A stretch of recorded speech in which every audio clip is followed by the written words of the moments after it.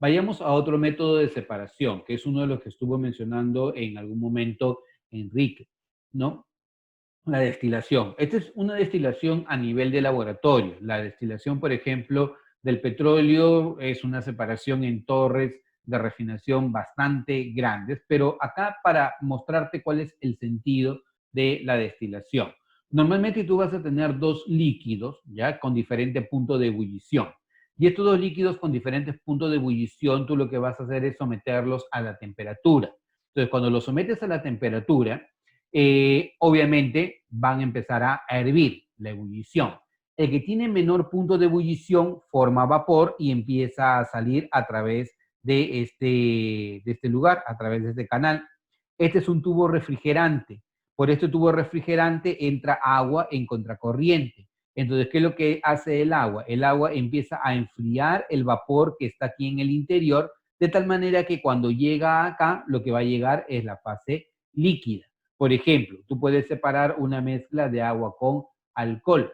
El alcohol típicamente hierve a 78 grados Celsius. Entonces, si tú tienes agua y alcohol, el agua hierve a 100 grados y el alcohol hierve a 78 grados, obviamente el primero que va a hervir va a ser el alcohol. Entonces sus vapores van a empezar a salir, van a empezar a salir, van a empezar a salir y vas a poder recuperar aquí el vapor en fase líquida, ¿ya? Pero hay un tema, que así como sale vapor de alcohol, también sale vapor de agua. Y es lo que te mencionaba hace un momento. Cuando tú tienes que separar el agua y el alcohol, no resulta comercial separarlo cuando la pureza es mayor de 96 grados. ¿Por qué? Porque es bastante, uno, antieconómico y bastante complicado, porque forman una mezcla que se llama mezcla azeotrópica. Y en esta mezcla azeotrópica, los dos líquidos hierven a la misma temperatura. O sea, es imposible tratar de separarlos cuando ya formaron la mezcla azeotrópica. ¿Ya? Entonces, la destilación es un método de separación muy utilizado en los laboratorios, ¿ya? Y sirve para separar dos líquidos por diferencia de su punto de ebullición. Y otro método de separación que no es muy usado porque es más amplio es el método de la evaporación. Por ejemplo, a ti algunas veces te puede haber tocado que te olvidaste encendida la tetera, ¿ya? Y al dejar encendida la tetera, todo el agua se evaporó. Al final de cuentas, tú vas a observar que en el interior de la tetera se forma como una capa blanca y esa capa blanca viene a ser el sarro. ¿Alguien mala gente le echó sarro al agua que ibas a beber?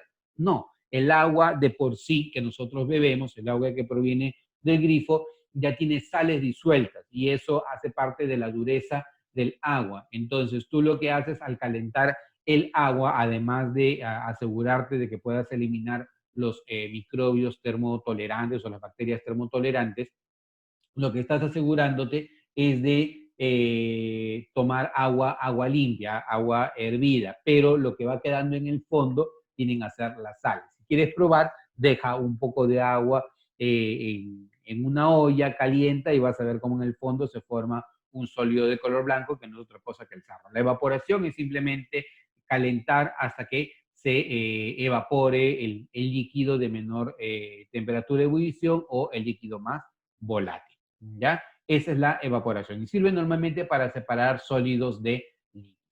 ¿Ya? Ahora, ya habiendo trabajado con las mezclas, ya vimos que era una mezcla. Cuando tú tienes una mezcla, como su nombre lo dice, es la unión de dos o más sustancias, cada uno mantiene su identidad. Tienes mezclas heterogéneas con más de una fase, mezclas homogéneas con una sola fase. Ya sea mezcla heterogénea o ya sea mezcla homogénea, los componentes mantienen su identidad y se pueden separar por métodos físicos y ya hemos visto qué métodos físicos puedes emplear. En cambio, en una sustancia, lo que tú vas a tener es un cuerpo químicamente puro. Recuerda que te dije que en ciencia, cuando tú hablas de sustancias, estás hablando de cuerpos químicamente puros, ¿ya? Una sustancia es un cuerpo químicamente puro. Y una sustancia se puede dividir en dos grandes grupos. Puede ser una sustancia simple y una sustancia compuesta. Un término muy importante, ¿ya? Un término muy importante que te lo debes grabar y en el que da muchas vueltas el examen de admisión, ¿ya? Es el siguiente, que una sustancia tiene una composición constante, definida en toda su extensión e independiente de su origen. Con esos términos les gusta trabajar mucho a los exámenes de admisión y yo te recomiendo que lo entiendas, ¿ya? Y siempre lo tengas en tu mente. ¿Qué significa composición constante, definida en toda su extensión e independiente de su origen? Pregunta, ¿cuál es la fórmula del agua? ¿Cuál es la fórmula del agua? Por el chat. ¿Cuál es la fórmula del agua?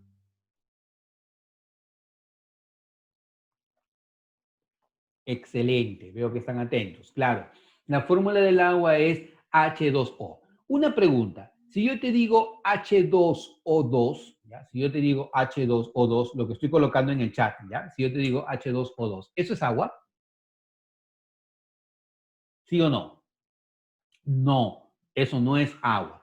H2O2 es otra sustancia, es el peróxido de hidrógeno, eso no es agua. El agua tiene una composición definida, sea de donde sea, provenga de donde provenga el agua, su composición siempre es definida y constante. El agua siempre, siempre, siempre tiene dos átomos de hidrógeno y un átomo de oxígeno. Si tiene más de dos átomos de hidrógeno y más de un átomo de oxígeno, deja de llamarse agua y su composición es independiente de su origen. Si tú coges agua del mar, la purificas y luego de purificar el agua de mar, ves su composición, ¿cuál va a ser su composición? H2O, esa es su fórmula. Si yo voy al río y del río tomo agua, la purifico, ¿ya? Y después de purificarla veo su composición, ¿cuál va a ser? H2O. No me importa si es agua del mar, si es agua del río, no me importa si es agua del Polo Norte, de la Luna, de Marte, del planeta Melmac, no me importa, ¿ya? El agua siempre va a tener en su composición dos átomos de hidrógeno y un átomo de oxígeno. Composición constante, definida e independiente de su origen, ¿ya? Las sustancias compuestas están formadas por dos o más elementos químicos. Las sustancias simples están formadas por un solo tipo de elementos químicos. Y sustancia es un cuerpo químicamente puro. Justin me pregunta, ¿el agua destilada? El agua destilada es un tipo de agua pura, ¿ya? Pero aún así tiene algunas impurezas. Por esa razón se hace agua monodestilada, bidestilada, tridestilada, pero para fines prácticos, si te dicen agua destilada, considéralo como agua pura. El agua pura es H2O, para fines prácticos, ¿ya? Ya cuando estés dentro de la universidad te vas a dar cuenta que la realidad es que tú necesitas de repente hacer doble destilación o triple destilación para asegurarte que no haya quedado ningún componente dentro del agua, ¿ya? Muy buena tu pregunta, Justin. Gracias por preguntar. Ahora, les comentaba, una sustancia simple, una sustancia compuesta, en términos sencillos, es un compuesto químico. Una sustancia simple es un elemento químico. Una sustancia compuesta está formada por moléculas o unidades fórmulas. Una sustancia simple está formada por átomos, ¿ya?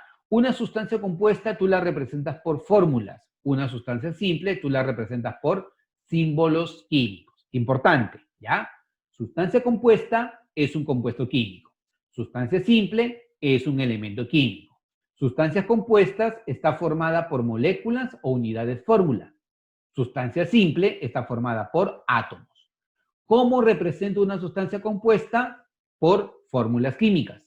¿Cómo represento a una sustancia simple? Por símbolos químicos. ¿De acuerdo? Veamos por acá más detalles. Por ejemplo, sustancias compuestas, ¿ya? Esta sustancia se llama agua, amoníaco, ácido nítrico y ácido sulfúrico, ¿ya? Estas sustancias son compuestas porque están formadas por más de un elemento químico. Como acá hay dos elementos diferentes, hidrógeno y oxígeno, es binario. Dos elementos diferentes, nitrógeno e hidrógeno, también binario. Tres elementos diferentes, hidrógeno, nitrógeno y oxígeno, ternario. Tres elementos diferentes, hidrógeno, azufre, oxígeno, también compuesto ternario. Binario si tiene dos elementos diferentes, ternario si tiene dos elementos o tres elementos diferentes, ¿ya? La molécula, en este caso, va a ser triatómica porque tiene tres átomos en total. Entonces, continuemos. Miren, el agua H2O es una sustancia triatómica porque tiene tres átomos en su composición. El amoníaco, tetratómica porque tiene tres en su composición. El ácido nítrico tiene 5 átomos en su composición, o sea, es pentatómica o su atomicidad es igual a 5. Si tiene 7 átomos en su composición, entonces es septatómica o su atomicidad es igual a 7. Esta es una sustancia compuesta, ¿ya?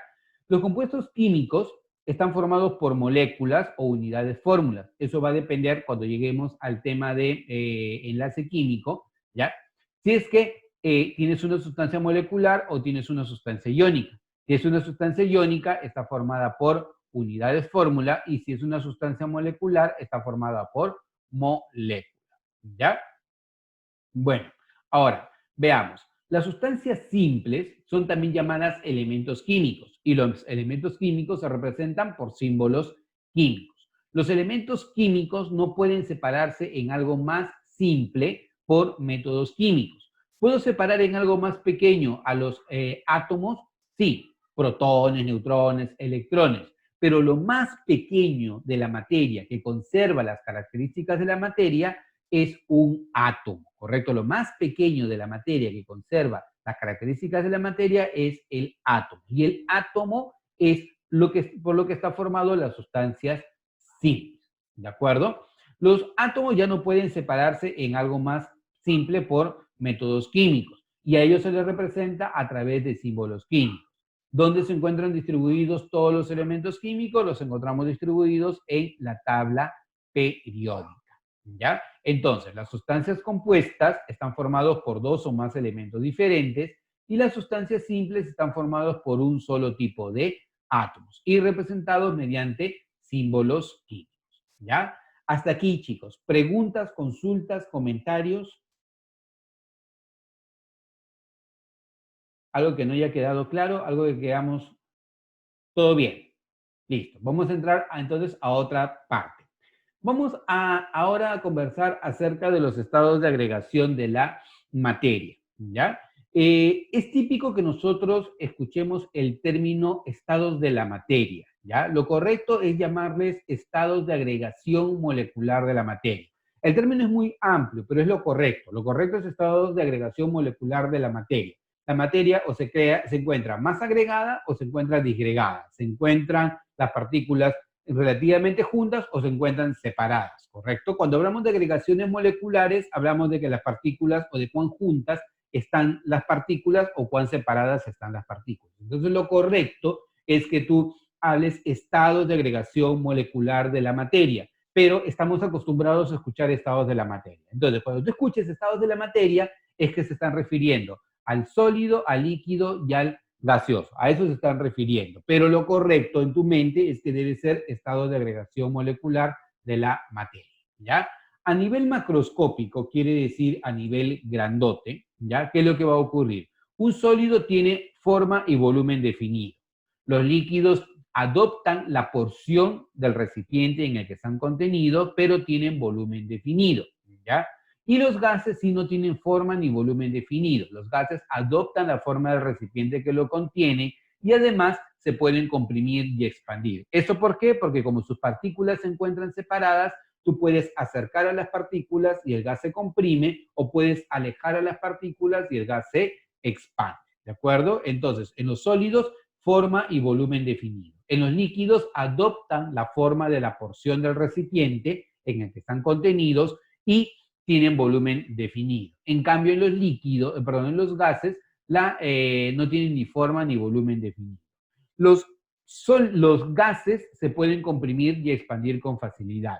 Los sólidos y los líquidos son prácticamente incompresibles. Para fines prácticos se consideran incompresibles. Las partículas se tocan entre sí y hay muy poco espacio entre ellas. Por lo tanto, no pueden acercarse más y los consideran como si fueran incompresibles, ¿ya?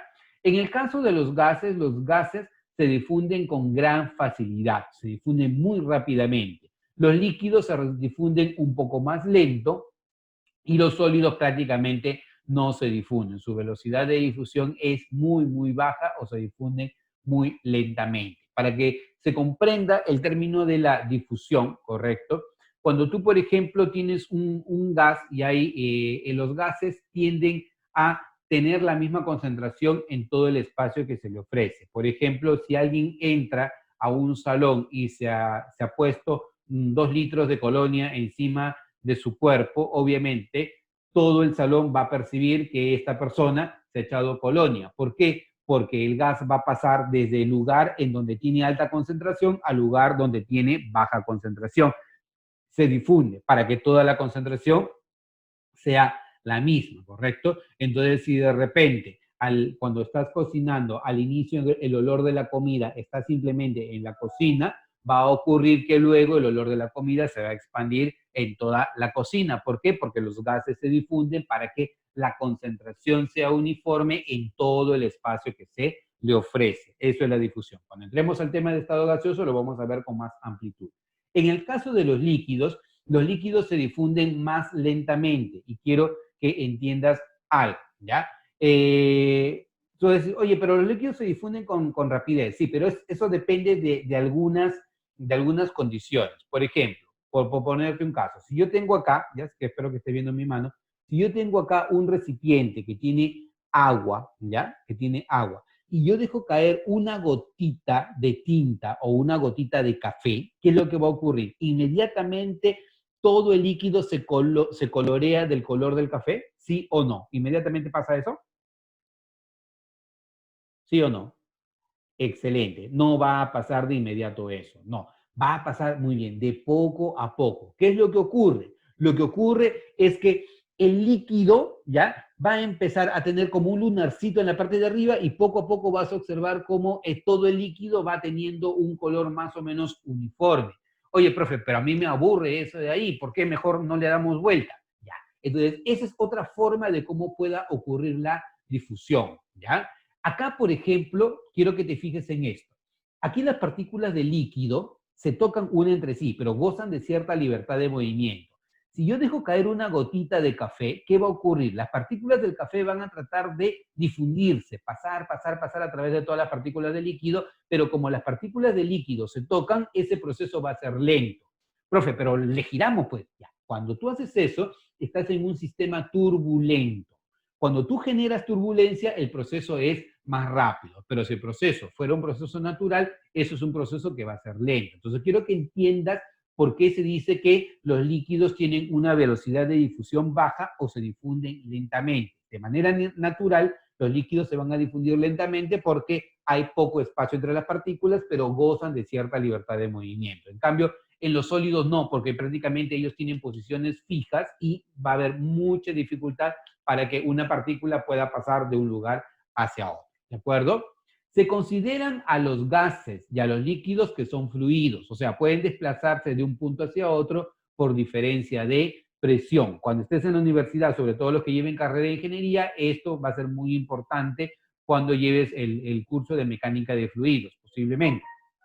Se difunden de un lado hacia otro por diferencia de presión. Si la presión es muy alta en un lugar, entonces pasan de un lugar de alta presión hacia otro lugar de baja presión. Ocurre cuando abres la llave y está conectada a la manguera, pasa de un lugar de alta presión hacia un lugar de baja presión. O de repente, cuando tú tienes un globo que has soplado y luego dejas abierto, pasa de un lugar de alta presión hacia un lugar de baja presión. Los gases siempre se difunden, o los líquidos también se difunden, los fluidos, de un lugar de alta presión a otro de baja presión, ¿ya? Los gases y los líquidos se consideran fluidos, los sólidos no son fluidos, ¿ya? Ahora, a nivel molecular, ¿qué es lo que vamos a encontrar? Vamos a encontrar que en los sólidos las partículas tienen un ordenamiento regular, las partículas se tocan entre sí, ¿ya? En los líquidos las partículas también se tocan, pero tienen cierta libertad de movimiento. En cambio, en los gases las partículas no se tocan, están separadas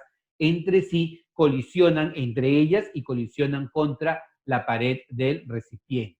Existen tres tipos de movimiento, ya mucho cuidado. Profe, en los sólidos las partículas no se mueven, no, ten mucho cuidado. Hay tres tipos de movimiento. El movimiento traslacional, el movimiento rotacional, ¿ya? Y el movimiento vibracional, ¿ya? En el caso de los sólidos tienen posiciones fijas. Sus partículas ocupan posiciones fijas, pero no significa que están quietas. Nada está quieto. Las partículas están quietas, pero están vibrando en sus posiciones, ¿ya? Por esa razón, el movimiento típico en los sólidos es un movimiento vibracional, ¿correcto? Ocupan posiciones fijas. En los sólidos predominan las fuerzas de cohesión sobre las fuerzas de repulsión. En los gases predominan las fuerzas de repulsión, las partículas se odian entre sí. Y en los líquidos, ¿ya? Existe un equilibrio entre las fuerzas de repulsión y las fuerzas de atracción. No podemos decir que son exactamente iguales, pero existe un equilibrio entre las fuerzas de repulsión y las fuerzas de atracción, ¿ya? Eso es en el caso de los sólidos, líquidos y gases. Eso que te estoy mostrando acá se conoce con el nombre de diagrama de fases, ¿ya?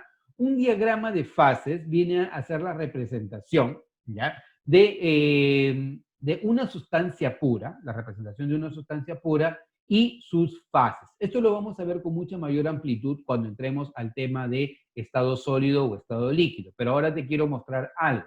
Te quiero mostrar que dependiendo de las condiciones de presión y temperatura, una sustancia puede encontrarse en diferentes fases. Por eso, cuando conversamos la última vez, dijimos, bueno, hay que hablar de fases de la materia. Fase sólida, fase líquida, fase gaseosa, ¿correcto? En este caso, fase vapor, ¿ya? Esta línea que separa al sólido y al líquido es una línea de equilibrio. En cualquier punto de esta línea hay equilibrio sólido-líquido. En cualquier punto de esta curva hay equilibrio líquido-vapor. Y en cualquier punto de esta línea o de esta curva hay un equilibrio sólido-líquido. Aquí hay un equilibrio entre tres fases de la materia. A estos puntos donde hay equilibrio entre tres fases se conoce con el nombre de punto triple. Hay condiciones en las que yo puedo superar, ¿ya? Las condiciones normales, vamos a llamarles así, ¿ya? Y vamos a pasar a las condiciones críticas. Cuando nosotros superamos una temperatura mínima, que se llama la temperatura crítica, y una presión mínima, que se llama la presión crítica, alcanzamos un estado particular de la materia que se conoce como el estado supercrítico, que es un punto intermedio entre líquido y gaseoso. Por esa razón se le llama fluido supercrítico y tiene propiedades particulares, ¿ya? Eso es cuando tú superas la presión crítica y la temperatura crítica. Eso es lo principal que tú vas a tener dentro de este diagrama llamado diagrama de fases, ¿ya? Ahora, esto que tenemos acá es una curva de calentamiento-enfriamiento, ya que posiblemente en tus cursos de física tú lo vas a ver con mucha mayor amplitud, ¿ya? Pero quiero tomarme el tiempo porque tú eres un alumno y yo estoy pensando en el examen de admisión de uni y quiero que lo tengas en cuenta, porque yo sé que después de esto tú te vas a poner a leer también, ¿cierto? Vas a ponerte a leer esto. Mira, este diagrama de calentamiento-enfriamiento, ¿qué me muestra? Me muestra cómo varía la temperatura y las fases de una sustancia, la temperatura y las fases de una sustancia, conforme se añade calor o conforme se retira calor, ¿ya? Conforme la cantidad de calor se agrega o se retira, tú vas a ver cómo va a ir cambiando, ¿ya? Por favor, necesito que estés atento en esta parte de acá porque es muy importante que lo entiendas para que luego tú mismo lo puedas volver a repasar, ¿ya? Mira, yo tengo una sustancia en fase sólida, ¿ya? Vamos a ponernos como referencia, ¿ya? Que tenemos al agua, ¿ya? La fase sólida del agua, ¿cómo se llama? A ver, rapidito, ¿cómo se llama la fase sólida del agua?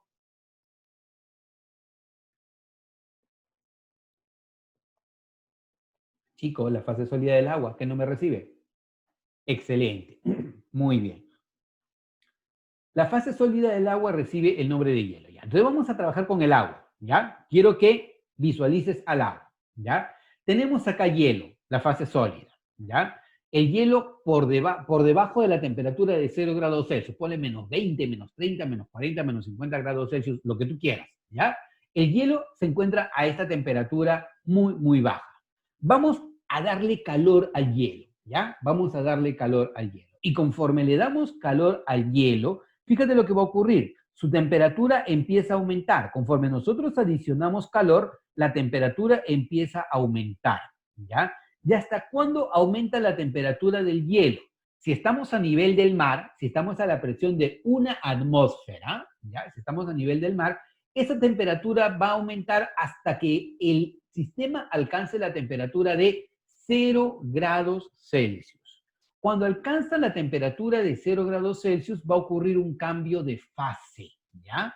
Nosotros seguimos adicionando calor. Quiero que te fijes acá, mira, adiciono calor aquí, en esta fase, pero la temperatura no cambia. Mira, aquí nosotros dimos calor, pero se incrementó la temperatura. Acá estamos dando calor, pero la temperatura no cambia. ¿Por qué? Porque acá está ocurriendo un cambio de fase. El sólido se está convirtiendo en líquido. Y hasta que la última partícula del sólido se convierta en líquido, la temperatura va a permanecer constante.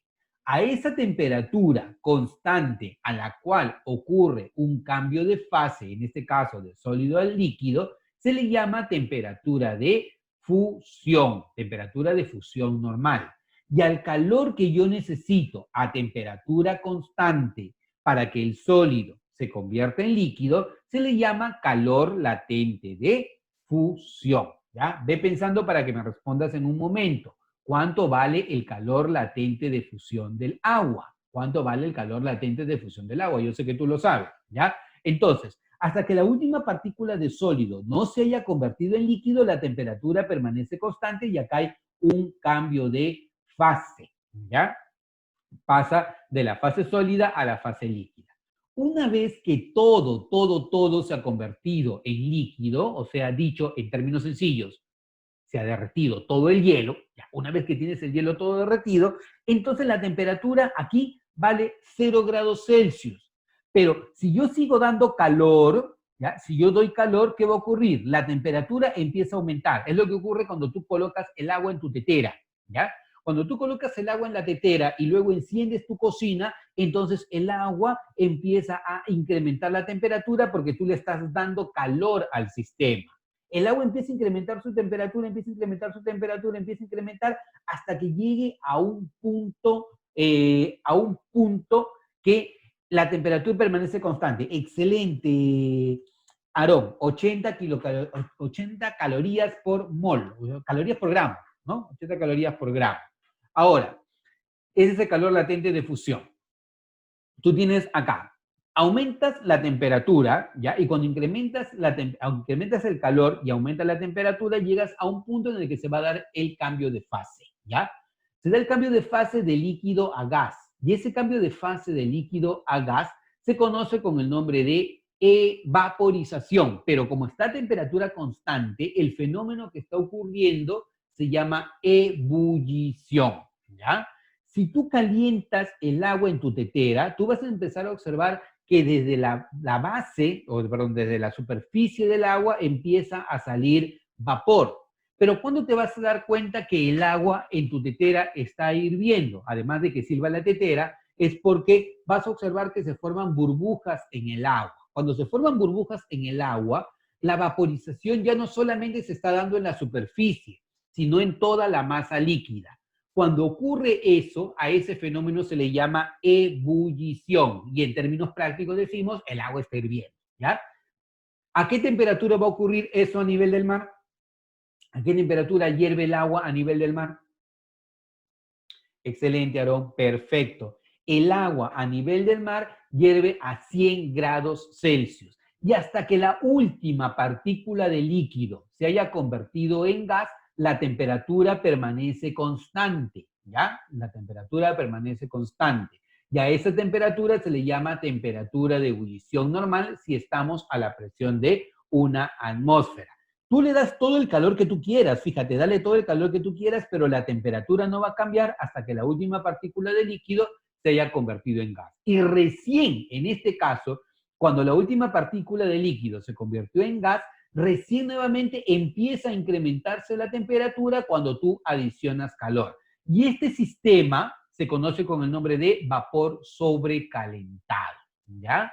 Pregunta, ¿qué sería menos dañino para ti? ¿Ya? Quemarte o sufrir una quemadura con vapor de agua a 100 grados Celsius o sufrir una quemadura con agua hirviendo a 100 grados Celsius. ¿Qué sería menos dañino? ¿Qué sería menos dañino? ¿Quemarte con vapor de agua a 100 grados Celsius o quemarte con agua hirviendo a 100 grados Celsius? ¿Con qué? ¿Con agua o con vapor? ¿Qué es menos dañino?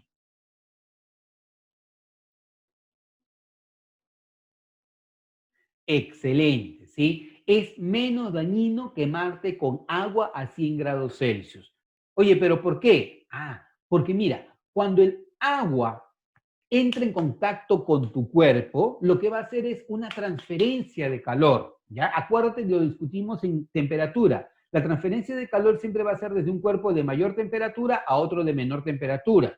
Y si tú tienes vapor de agua, el vapor de agua, al entrar en contacto con tu cuerpo, lo que va a hacer es una transferencia de calor. Pero ese vapor de agua, ¿qué calor va a transferir? Va a transferir ese calor, va a transferir todo el calor latente de vaporización para convertirse en líquido. Entonces, mira, todo el calor que está recibiendo tu cuerpo. Entonces, obviamente, la temperatura que tú vas a recibir va a ser muy amplia. El calor que vas a recibir es muy amplio y, por lo tanto, el daño que vas a sufrir va a ser mucho mayor. En cambio, en el caso del agua líquida, ya no vas a recibir el calor del vapor sobrecalentado, que es un calor bastante amplio. Ahora, muy importante, hace un rato me contestaron que la temperatura o el calor latente de fusión del agua vale 80 calorías por gramo.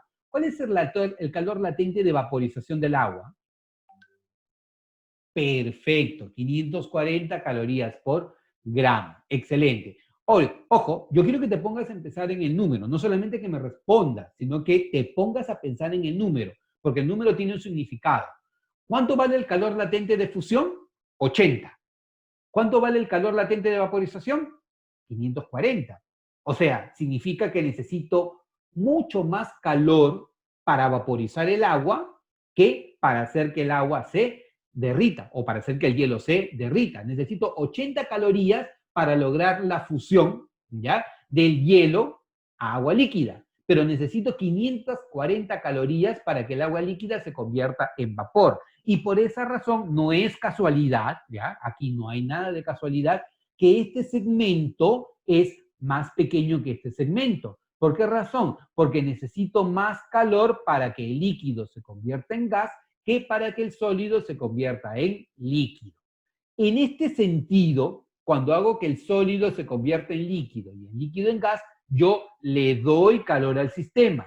Como le doy calor al sistema, el sistema lo absorbe. Entonces, los procesos de aquí hacia allá son procesos endotérmicos, donde el cuerpo absorbe calor para empezar a sufrir los cambios. Pero lo contrario es cuando yo voy de vapor a líquido y de líquido a sólido. En este caso, el sistema pierde calor y al perder calor reduce su temperatura y por esa razón está ocurriendo que el gas se termina transformando en líquido y luego el líquido en sólido, ¿de acuerdo? Procesos endotérmicos, procesos exotérmicos.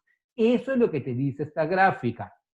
Si estás pensando en ingeniería, si estás pensando, bueno, sobre todo en ingeniería, leer los gráficos es muy importante. Y fíjate que solamente hemos tenido este gráfico y toda la información que nos ha dado este gráfico. Este gráfico es muy importante, así que espero que lo puedas repasar un poco hacia adelante, ¿ya? Entonces, si hay preguntas, consultas, comentarios, a través del chat, por favor, ¿ya? Bueno, cambios de fase. Como te mencioné, nosotros saliendo de esta clase no le vamos a llamar estados de la materia, o nuestra mente no, estados de la materia significa estado de agregación de la materia. ¿Qué es una fase? Una fase es una porción homogénea de materia, ¿ya? Y tenemos la fase sólida, la fase líquida y la fase de vapor, ¿correcto? Y cada uno tiene un cambio de fase. De sólido a líquido, al cambio de fase se le llama fusión, el hielo a agua líquida. Si el agua líquida se convierte en vapor, al cambio de fase se le llama vaporización. Ejemplo, hervir el agua. Si de vapor yo retorno al líquido, se le llama condensación. Y de líquido regreso al sólido, se le llama solidificación. Por ejemplo, poner a congelar el agua para obtener el hielo, ¿correcto? Si paso directamente de la fase sólida a la fase vapor sin pasar por la fase líquida, al proceso se le llama sublimación directa o simplemente sublimación. Si yo paso de la fase vapor a la fase sólida sin pasar por la fase líquida, se llama sublimación inversa, deposición o compensación. ¿Quiénes tienen sublimación directa? Por ejemplo, el hielo seco, el alcanfor o la naftalina, ¿sí? El hielo seco es un sólido. Tú lo calientas, se convierte directamente en vapor.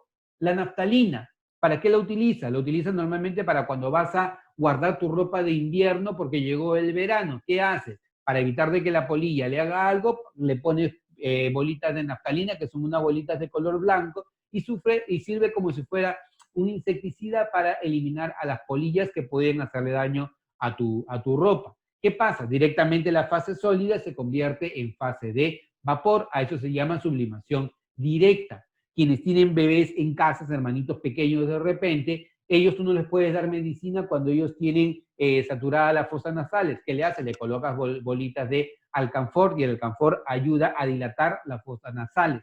¿Qué hace el alcanfor? Pasa de la fase sólida a la fase de vapor directamente, ¿ya? Y la sublimación inversa, por ejemplo, es cuando el vapor se convierte en sólido. Si tú tienes vapor de agua en tu congeladora y el vapor de agua entra en contacto con la superficie fría, ¿ya? Con la superficie fría del freezer, entonces el vapor se convierte en sólido, ¿ya? Y ese cambio directo de vapor a sólido se llama sublimación inversa, de posición o compensación, y es lo que justifica la formación de la escarcha, ¿correcto? La formación de la nieve, la formación de la escarcha es justamente un proceso de sublimación inversa, ¿ya? Entonces, de sólido a líquido se llama fusión, de líquido a vapor se llama vaporización, de vapor a líquido se llama condensación y de líquido a sólido se llama solidificación.